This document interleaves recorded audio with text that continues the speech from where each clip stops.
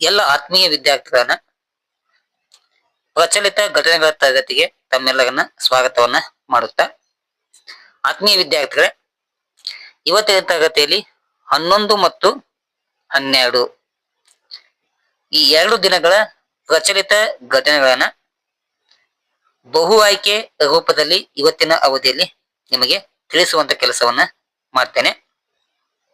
ವಿಡಿಯೋನ ಕೊನೆ ತನಕ ಸ್ಕಿಪ್ ಮಾಡದೆ ನೋಡಿ. ವಿಡಿಯೋ ಇಷ್ಟ ಆತಂದ್ರೆ ಲೈಕ್ ಮಾಡಿ. ಬನ್ನಿ, ಮೊದಲನೇ ಪ್ರಶ್ನೆ. 2026ರಲ್ಲಿ ಭಾರತದ ಪ್ರಮುಖ ಆರ್ಥಿಕ ಗುರಿ ಯಾವುದು ಅಂತೇಳಿ ಮೊದಲನೆಯ ಪ್ರಶ್ನೆ ಇದೆ. ಅದಕ್ಕೆ ಸರಿಯಾದ ಉತ್ತರ ಬಿ, $5 ಟ್ರಿಲಿಯನ್ ಆರ್ಥಿಕತೆಯನ್ನ ಸಾಧಿಸುವುದು 2026 ಭಾರತದ ಪ್ರಮುಖ ಗುರಿಯಾಗಿ ಆಗಿದೆ. ಸೆಕೆಂಡ್ ಒನ್, 2026ರಲ್ಲಿ ಇಂಡಿಯಾದೊಳಗ ಜನಗಣತಿ ಪ್ರಕ್ರಿಯೆ ಸಂಬಂಧಿಸಿದ ಪ್ರಮುಖ ಜವಾಬ್ದಾರಿ ಯಾರಿಗೆ ವಹಿಸಲಾಗಿದೆ? ಸರಿಯಾದ ಉತ್ತರ ಬಿ, ಗೃಹ ಸಚಿವಾಲಯಕ್ಕೆ 2026ರಲ್ಲಿ ಜನಗಣತಿಗೆ ಸಂಬಂಧಿಸಿದ ಜವಾಬ್ದಾರಿಯನ್ನ ಕೊಡಲಾಗಿದೆ. ನೆಕ್ಸ್ಟ್ ಒನ್, ಇಂಡಿಯಾದೊಳಗ ಹಣದುಬ್ಬರವನ್ನ ಅಳೆಯಲು ಸಾಮಾನ್ಯವಾಗಿ ಯಾವ ಸೂಚಕವನ್ನ ಬಳಸಲಾಗುತ್ತದೆ? CPI ಅನ್ನ ಬಳಸಿಕೊಂಡು ಹಣದುಬ್ಬರವನ್ನ ಮಾಪನವನ್ನ ಮಾಡಲಾಗ್ತದ. CPI ಅಂತಂದ್ರ ಕನ್ಸ್ಯೂಮರ್ ಪ್ರೈಸ್ ಇಂಡೆಕ್ಸ್ ಅಂದಂಗ. 4, ಭಾರತದ ಅತಿ ದೊಡ್ಡ ಸಾರ್ವಜನಿಕ ವಲಯದ ಬ್ಯಾಂಕು ಯಾವುದು? ಅದು ಉತ್ತರ State Bank of India. Next one, ಜೈ ಜವಾನ್ ಜೈ ಕಿಸಾನ್ ಎಂಬ ಹೇಳಿಕೆಯನ್ನ ಕೊಟ್ಟಂತ ವ್ಯಕ್ತಿ ಯಾರು? ಲಾಲ್ ಬಹದ್ದೂರ್ ಶಾಸ್ತ್ರಿ. ಈ ಪ್ರಶ್ನೆ ಯಾಕಂತಂದ್ರ ಲಾಲ್ ಬಹದ್ದೂರ್ ಶಾಸ್ತ್ರಿರವರು 1966 ಜನವರಿ 11ರಂದು ಉಜ್ಕಿಸ್ತಾನದ ತಾಸ್ಕೆಟ್ನಲ್ಲಿ ನಿಧನವನ್ನ ಹೊಂದ್ತಾರೆ. ಹೀಗಾಗಿ ಈ ಒಂದು ಪ್ರಶ್ನೆಯನ್ನ ಆಯ್ದುಕೊಂಡು ನಿಮಗೆ ತಿಳಿಸುವಂತ ಕೆಲಸವನ್ನ ಮಾಡಲಾಗಿದೆ. 6th one, the great wall of India ಎಂದು ಯಾರನ್ನ ಕರೆಯಲಾಗುತ್ತದೆ? ಅದಕ್ಕೆ ಉತ್ತರ ರಾಹುಲ್ ದ್ರಾವಿಡ್ ಅಂತೇಳಿ. ಈ ಪ್ರಶ್ನೆ ಯಾಕಂತಂದ್ರ ರಾಹುಲ್ ದ್ರಾವಿಡ್ 1973 ಜನವರಿ 11ರಂದು ಮಧ್ಯಪ್ರದೇಶದ ಇಂದೋರ್ನಲ್ಲಿ ಜನನವನ್ನ ಹೊಂದ್ತಾರೆ. 7th ಒನ್, ಅಶ್ಲೀಲ ಚಿತ್ರಗಳ ಸೃಷ್ಟಿಗೆ ಅವಕಾಶ ಕೊಡುವ ಎಕ್ಸ್ನ AI ಅಂಗವಾದ ಗ್ರೋಕ್ಗೆ ಯಾವ ದೇಶ ನಿಷೇಧವನ್ನ ಹೇರಿದೆ? ಅದು ಇಂಡೋನೇಷಿಯಾ ಅಂತೇಳಿ. ಈ ಕ್ರಮವನ್ನ ಕೈಗೊಂಡ ವಿಶ್ವದ ಮೊದಲ ದೇಶವಾಗಿ ಇಂಡೋನೇಷಿಯಾ ಹೆಸರನ್ನ ಪಡೆದಿದೆ. ಇದಾದ್ಮೇಲೆ ಇತ್ತೀಚೆಗೆ ಮಲೇಷ್ಯಾ ದೇಶವು ಕೂಡ ಇದನ್ನ ನಿಷೇಧ ಮಾಡುವಂತ ನಿರ್ಧಾರವನ್ನ ತೆಗೆದುಕೊಂಡಿದೆ. 8, ಬೆಂಗಳೂರಿನಲ್ಲಿ ಟೆಸ್ಲಾ ಶೋರೂಮ್ ಪ್ರಾರಂಭವನ್ನ ಮಾಡಲಾಗಿದೆ.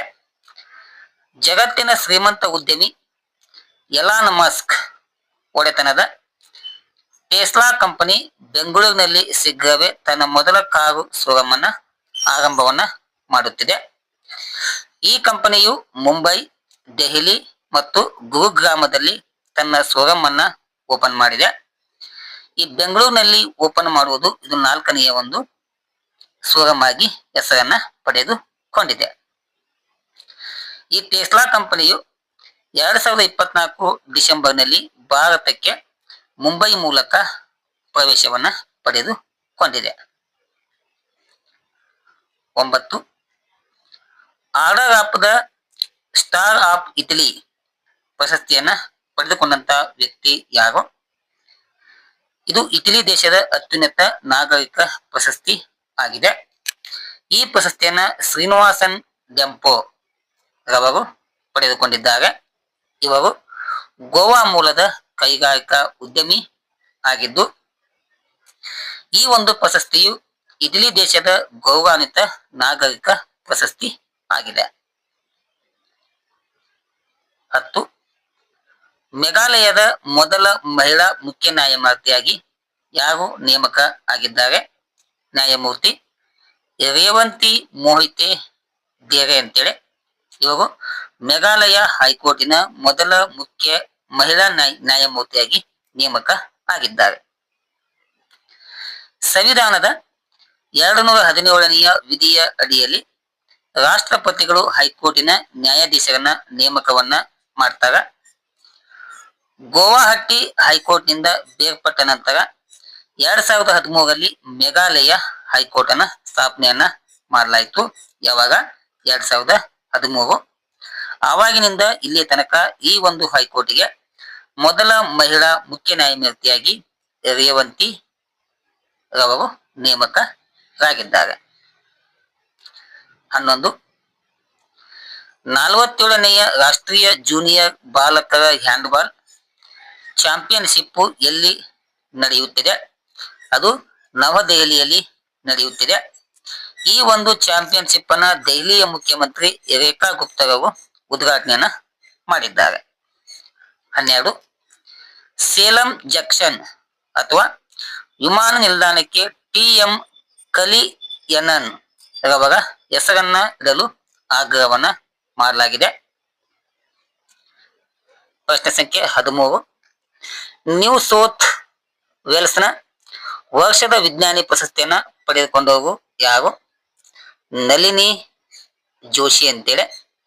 ಇದು ರಾಜ್ಯದ ಅತ್ಯುನ್ನತ ವಿಜ್ಞಾನ ಗೌರವವನ್ನ ಪಡೆದ ಮೊದಲ ಗಣಿತಜ್ಞೆ ಎಂಬ ಹೆಗ್ಗಳಿಕೆಗೆ ನಳಿನಿ ಜೋಶಿರವರು ಪಾತ್ರರಾಗಿದ್ದಾರೆ. 14. ನಿವಾಸಿಗಳು ನೀರನ್ನ ನಲ್ಲಿಯಿಂದ ನೇರವಾಗಿ ಸುರಕ್ಷಿತವಾಗಿ ಕುಡಿಯಬಹುದಾದ ಭಾರತದ ಮೊದಲ ನಗರ ಯಾವುದು? ಅದು ಒಡಿಶಾ ರಾಜ್ಯದ ಪುರಿ ಎಂಬ ನಗರ. ಈ ಒಂದು ಏನು ಸ್ಕೀಮ್ ಇದೆಯಲ್ಲ, ಈ ಸ್ಕೀಮು ಶ್ರೇಯಸ್ಸು ಸಲ್ಲಿಸುವುದು ಒಡಿಶಾದ ಮುಖ್ಯಮಂತ್ರಿ ನವೀನ್ ಪಟ್ನಾಯಕ್. ಈ ಒಂದು ಯೋಜನೆ ಏನಿದೆಯಲ್ಲ, ಈ ಯೋಜನೆ Sujal drink from tap mission, ಇದು 2021ರಲ್ಲಿ ಬಂತು. ಈ ಒಂದು ಮಿಷನ್ನಿನ ಅಡಿಯಲ್ಲಿ ಈ ಒಂದು ಸಾಧನೆಯನ್ನ ಮಾಡಲಾಗಿದೆ. 2017ರಲ್ಲಿ ಡ್ರಿಂಕ್ ಫ್ರಮ್ ಟ್ಯಾಪ್ ಉಪಕ್ರಮವನ್ನ ಪ್ರಾಯೋಗಿಕವಾಗಿ ಅನುಷ್ಠಾನಕ್ಕೆ ತರಲಾಗಿತ್ತು. ಹೀಗಾಗಿ ಒಡಿಶಾದ ಪುರಿ ಎಂಬ ನಗರ 24x7 ಕುಡಿಯಬಹುದಾದ ನಲ್ಲಿ ನೀರು ಸರಬರಾಜು ಹೊಂದಿರುವ ಭಾರತದ ಮೊದಲ ನಗರ ಆಗಿದೆ. ಇದು ಕೂಡ ವಿಶೇಷವಾದಂತಹ ಪ್ರಶ್ನೆ ಆಗಿದೆ. 15. ರಾಷ್ಟ್ರೀಯ ಅಪರಾಧ ದಾಖಲೆಗಳ ಬ್ಯೂರೋ NCRB ಅಂತ ಕರಿತೀವಿ. ವರದಿಯ ಪ್ರಕಾರ ಕರ್ನಾಟಕದಲ್ಲಿ ಶಿಕ್ಷೆ ಪ್ರಮಾಣ 52% ಮಾತ್ರ ಇದೆ. ಇದರ ಮೂಲಕ ಇದು ದೇಶದಲ್ಲಿ 22ನೆಯ ಸ್ಥಾನವನ್ನ ಪಡೆದುಕೊಂಡಿದೆ. ಯಾವುದು? ಕರ್ನಾಟಕ. 16. ಗ್ರೀನ್ಲ್ಯಾಂಡ್ ಎಂಬುದು ಇದು ವಿಶ್ವದ ಅತಿ ದೊಡ್ಡ ದ್ವೀಪ ಆಗಿದೆ.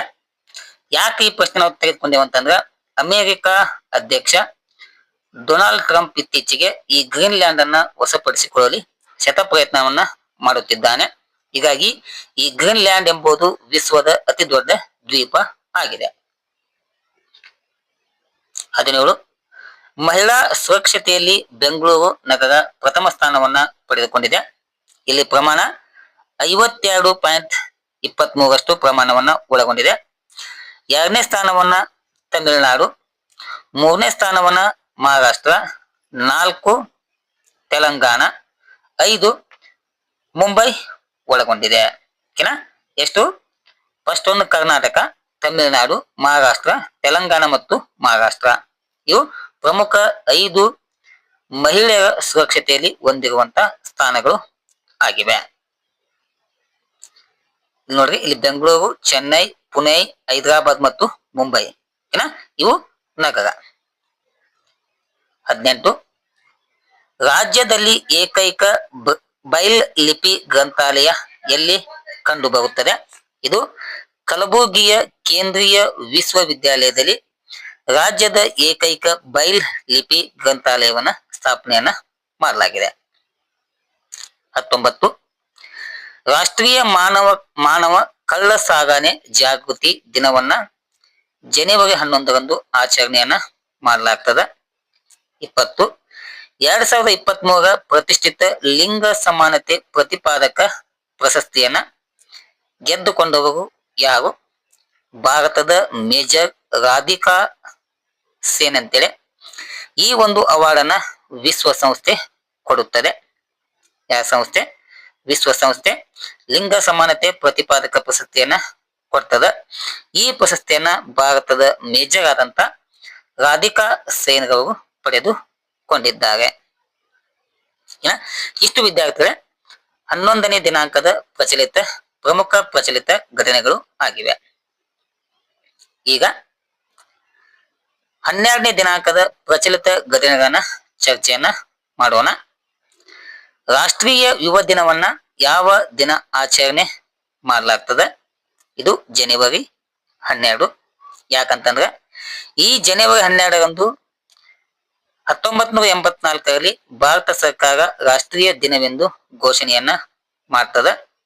1984 ಘೋಷಣೆ ಆದ್ಮೇಲೆ 1985 ಒಳಗ ಈ ಕಾರ್ಯಕ್ರಮವನ್ನ ಪ್ರತಿ ವರ್ಷ ಇಂಡಿಯಾದೊಳಗ ಆಚರಣೆಯನ್ನ ಮಾಡಲಾಗುತ್ತದೆ. ನೆಕ್ಸ್ಟ್ ಒನ್, ಅದಕ್ಕೆ ಹೋಲುವಂತೆ ಅಂತಾರಾಷ್ಟ್ರೀಯ ಯುವ ದಿನವನ್ನ ಆಗಸ್ಟ್ 12ರಂದು ಆಚರಣೆ ಮಾಡಲಾಗ್ತದೆ. ರಾಷ್ಟ್ರೀಯ ಯುವ ದಿನ ಅದು ಜನವರಿ 12. ಓಕೆನಾ? ಅಂತಾರಾಷ್ಟ್ರೀಯ ಯುವ ದಿನ ಅದು ಆಗಸ್ಟ್ 12ರಂದು ಆಚರಣೆ ಮಾಡಲಾಗ್ತದೆ. ಈ ಒಂದು ದಿನವನ್ನ 1999ರಿಂದ ವಿಶ್ವಸಂಸ್ಥೆ ಅಧಿಕೃತವಾಗಿ ಘೋಷಣೆಯನ್ನ ಮಾಡಿದೆ.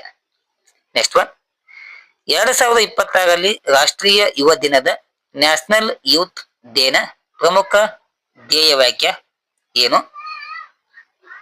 ಉತ್ತರ C, youth for nation building ಅಂತೇಳಿ. ಕನ್ನಡದೊಳಗ ಎದ್ದೇಳಿ, ಜಾಗೃತಿಗೊಳಿಸಿ ಮತ್ತು ನಿಮ್ಮ ಶಕ್ತಿಯನ್ನ ಬಿಡುಗಡೆ ಮಾಡಿ ಎಂಬುದು 43ನೆಯ ರಾಷ್ಟ್ರೀಯ ಯುವ ದಿನದ ಥೀಮ್ ಅಥವಾ ಧ್ಯೇಯ ವಾಕ್ಯ ಆಗಿದೆ.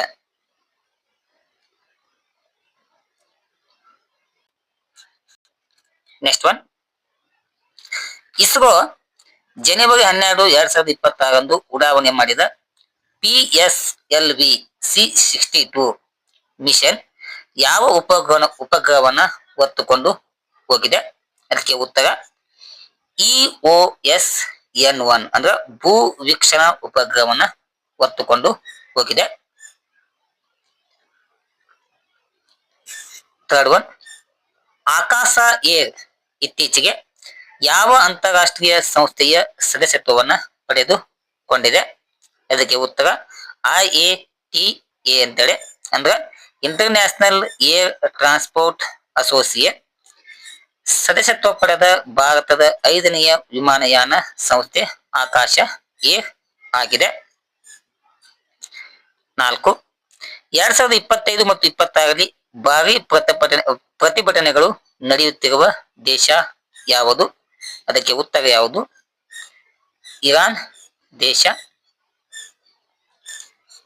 ನೆಕ್ಸ್ಟ್ ಒನ್, ಎನ್ಫೋರ್ಸ್ಮೆಂಟ್ ಡೈರೆಕ್ಟರೇಟ್ ಅಂದ್ರೆ ಇಡಿ ಅಂದಂಗ ಈ ದಾಳಿ ವೇಳೆ ಅಡಚಣೆ ಆರೋಪಿಸಿದ ಪ್ರಕರಣ ಯಾವ ರಾಜ್ಯಕ್ಕೆ ಸಂಬಂಧಿಸಿದೆ?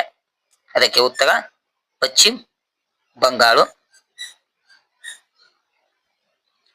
ನೆಕ್ಸ್ಟ್ ಒನ್, ವೈಬ್ರೆಂಟ್ ಗುಜರಾತ್ ಪ್ರಾದೇಶಿಕ ಸಮ್ಮೇಳನ ನಡೆದ ನಗರ ಯಾವುದು? ಅದು ರಾಜ್ಕೋಟ್. ಇಲ್ಲಿ ಹೂಡಿಕೆ ಮತ್ತು ಉದ್ಯಮ ಉತ್ತೇಜನಕ್ಕಾಗಿ ಈ ಒಂದು ಸಮ್ಮೇಳನ ಆಯೋಜನೆ ಮಾಡಲಾಗ್ತದೆ. 7th one, PSLV C62 rocket ಉಡಾವಣೆ ಮಾಡಿದ ಸ್ಥಳ ಯಾವುದು? ಸತೀಶ್ ಧವನ್ ಬಾಹ್ಯಾಕಾಶ ಕೇಂದ್ರ. ಇಸ್ರೋ ತನ್ನ ಹೆಚ್ಚಿನ ಉಡಾವಣೆಗಳನ್ನ ಶ್ರೀಹರಿಕೋಟಾದಲ್ಲಿರುವ ಸತೀಶ್ ಧವನ್ ಸ್ಪೇಸ್ ಸೆಂಟರ್ನಿಂದ ಉಡಾವಣೆ ಮಾಡುತ್ತದೆ. 8, ರಾಷ್ಟ್ರೀಯ ಯುವ ದಿನವನ್ನ ಯಾರ ಜನ್ಮದಿನದ ಸ್ಮರಣಾರ್ಥ ಆಚರಣೆಯನ್ನ ಮಾಡಲಾಗ್ತದೆ? ಅದಕ್ಕೆ ಉತ್ತರ Swami Vivekananda. Next, charged affairs ಅಂದರೆ ಏನು? ಇದು ರಾಯಭಾರಿಯ ಅನುಪಸ್ಥಿತಿಯಲ್ಲಿ ರಾಯಭಾರಿ ಕಚೇರಿಯ ಮುಖ್ಯಸ್ಥನಿಗೆ ನಾವು ಚಾರ್ಜರ್ಸ್ ಅಫೇರ್ಸ್ ಅಂತೇಳಿ ಕರಿತೇವೆ. ನೆಕ್ಸ್ಟ್ ಒನ್, ಭಾರತಕ್ಕೆ ನೇಮಕಗೊಂಡ ಮೊದಲ ತಾಲಿಬಾನ್ ಚಾರ್ಜರ್ಸ್ ಅಫೇರ್ಸ್ ಯಾರು? ಉತ್ತರ ಮುಫ್ತಿ ನೂರ್ ಅಹಮದ್ ನೂರ್ ಅಂತೇಳಿ ಇವು ನೇಮಕಗೊಂಡ ಮೊದಲ ಚಾರ್ಜ್ ಅಫೇರ್ಸ್ ಆಗಿದ್ದಾರೆ. 11, ರಾಮಕೃಷ್ಣ ಮಿಷನ್ ಸ್ಥಾಪಿಸಿದವರು ಯಾರು? ಅದಕ್ಕೆ ಉತ್ತರ ಸ್ವಾಮಿ ವಿವೇಕಾನಂದ. 12, DRDO ದೇಶೀಯ ಮ್ಯಾನ್ ಪೋರ್ಟಬಲ್ ಆಂಟಿ ಟ್ಯಾಂಕ್ ಕ್ಷಿಪಣಿಯನ್ನ ಯಶಸ್ವಿಯಾಗಿ ಪರೀಕ್ಷೆಯನ್ನ ಮಾಡಿದೆ. ಯಾವುದು? DRDO.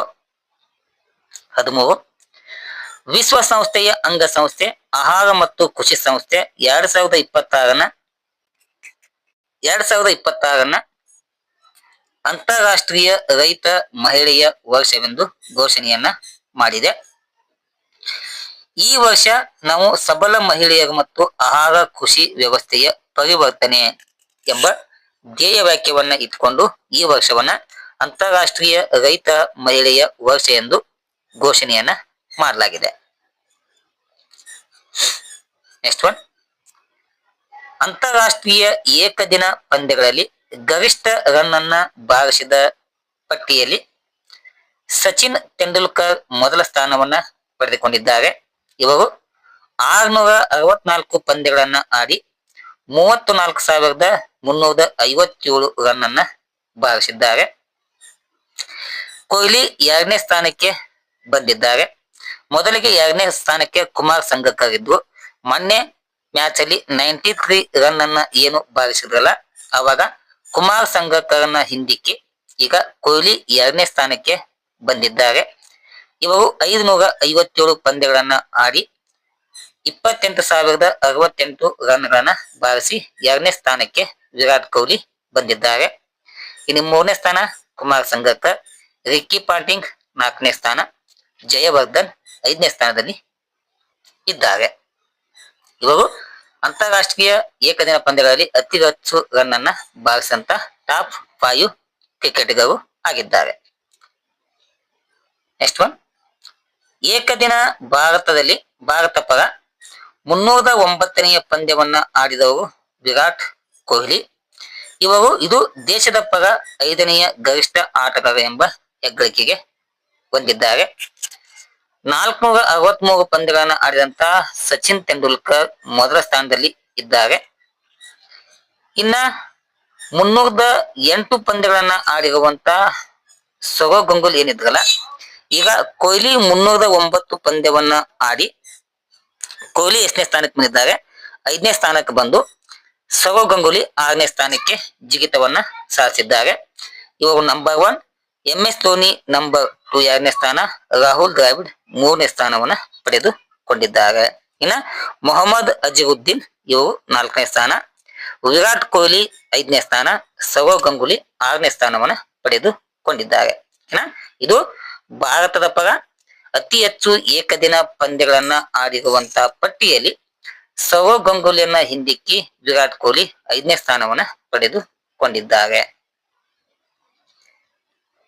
15, ಅಂತಾರಾಷ್ಟ್ರೀಯ ಕ್ರಿಕೆಟ್ನಲ್ಲಿ ಅತಿ ಹೆಚ್ಚು ಸಿಕ್ಸರ್ ಬಾರಿಸಿದ ವ್ಯಕ್ತಿ ಯಾರು? ಅದು ರೋಹಿತ್ ಶರ್ಮಾ. ಒಟ್ಟು 650 ಸಿಕ್ಸ್ಗಳನ್ನ ಬಾರಿಸಿದ್ದಾರೆ. ಈ ಒಂದು ಸಾಧನೆ ಮಾಡಿದ ವಿಶ್ವದ ಮೊದಲ ಆಟಗಾರ ಎಂಬ ದಾಖಲೆಯನ್ನ ಇವರು ತಮ್ಮ ಹೆಸರಿನಲ್ಲಿ ಬರೆದುಕೊಂಡಿದ್ದಾರೆ. ಇನ್ನು 2ನೇ ಸ್ಥಾನವನ್ನ ವೆಸ್ಟ್ ಇಂಡೀಸ್ನ ಸ್ಫೋಟಕ ಆಟಗಾರ ಕ್ರಿಸ್ ಗೇಲ್. ಇನ್ನು 3ನೇ ಸ್ಥಾನವನ್ನ ಪಾಕಿಸ್ತಾನದ ಶಾಹಿದ್ ಅಫ್ರಿದಿ 476 ಸಿಕ್ಸ್ಗಳನ್ನ ಬಾರಿಸುವುದರ ಮೂಲಕ 3ನೇ ಸ್ಥಾನವನ್ನ ಪಡೆದುಕೊಂಡಿದ್ದಾರೆ. ಇಷ್ಟು ವಿದ್ಯಾರ್ಥಿಗಳೇ 11 ಮತ್ತು 12ನೆಯ ದಿನಾಂಕದ ಅತಿ ಪ್ರಮುಖವಾದಂತಹ ಪ್ರಚಲಿತ ಘಟನೆಗಳನ್ನ ಆಯ್ದುಕೊಂಡು ನಿಮಗೆ ತಿಳಿಸುವಂತ ಕೆಲಸವನ್ನ ಮಾಡಿದ್ದೇನೆ. ಮುಂದಿನ ತರಗತಿ ಒಳಗ ಇನ್ನೂ ಅತಿ ಹೆಚ್ಚು ಪ್ರಶ್ನೆಗಳನ್ನ ಆಯ್ದುಕೊಂಡು ನಿಮಗೆ ತಿಳಿಸುವಂತ ಕೆಲಸವನ್ನ ಮಾಡ್ತೇನೆ. ವಿಡಿಯೋವನ್ನ ಕೊನೆ ತನಕ ಸ್ಕಿಪ್ ಮಾಡದೆ ನೋಡಿದ ಎಲ್ಲ ವಿದ್ಯಾರ್ಥಿಗಳಿಗೆ ಮತ್ತು ಸ್ಪರ್ಧಾ ಮಿತ್ರರಿಗೆ ಧನ್ಯವಾದಗಳನ್ನ ತಿಳಿಸ್ತಾ ಈ ತರಗತಿಯನ್ನ ಇಲ್ಲಿಗೆ ಮುಗಿಸ್ತೇನೆ. Thank you. ನಮಸ್ಕಾರ.